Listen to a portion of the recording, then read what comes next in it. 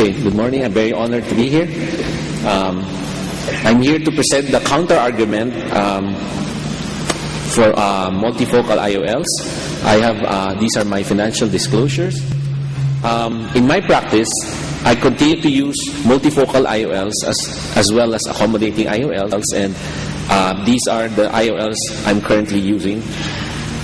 So why do I use multifocal IOLs? Because first and foremost, the ability to give reading vision is very reliable. As long as you target the refractive outcome correctly, they will give you good distance and near vision simultaneously.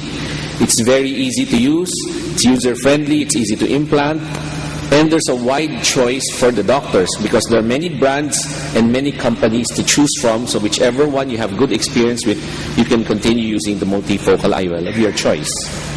What I do not like about multifocal IOLs is they split light, so patients feel that the lighting is not enough, especially when they read.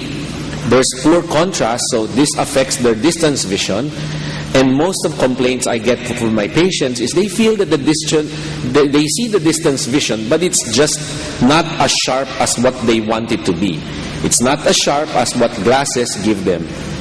So another problem is because of the rings, there will be halos and starbursts when you implant the multifocal IOL. Intermediate vision is weak, but hopefully the trifocals and 2.5 diopter ads will address this. And they're very sensitive to residual refractive error, so more than the monofocals.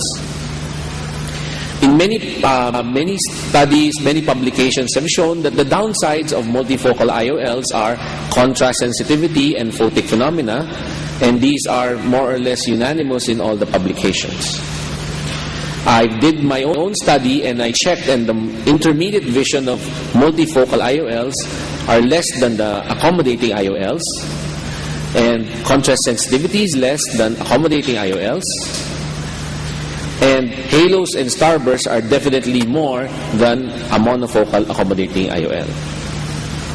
So patient concerns, my concerns personally are, when I go into surgery, I want to target the refraction correctly so I achieve 20/20 vision, but there's no guarantee that the patient will say that the vision is good.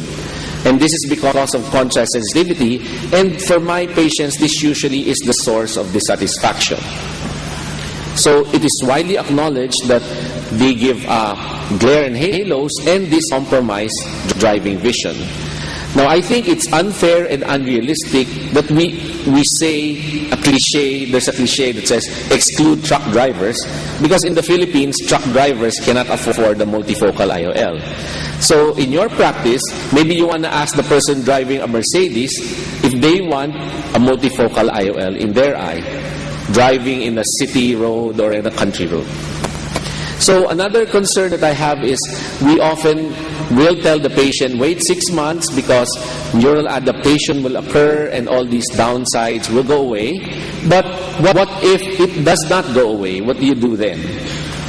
So another concern is we will all grow old, and we don't know who among our patients will develop diseases that will further decrease their contrast. So you would have already decreased their contrast with the IOL, and when they develop any of these diseases, then the decrease in contrast will be even more.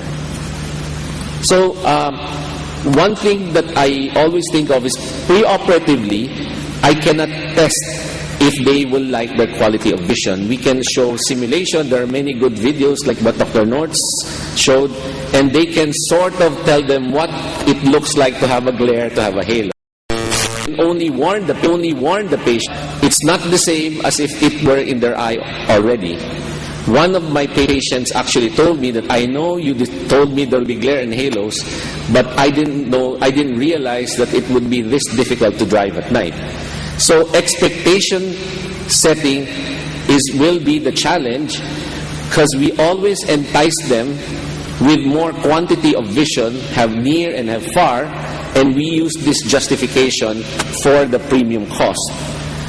However, because of the higher cost, we have biased them against the monofocal because the monofocal IOL is cheaper, so they would always think that the monofocal IOL is the inferior lens and the multifocal IOL is the superior lens. So, can we undo this situation if the patient is unhappy?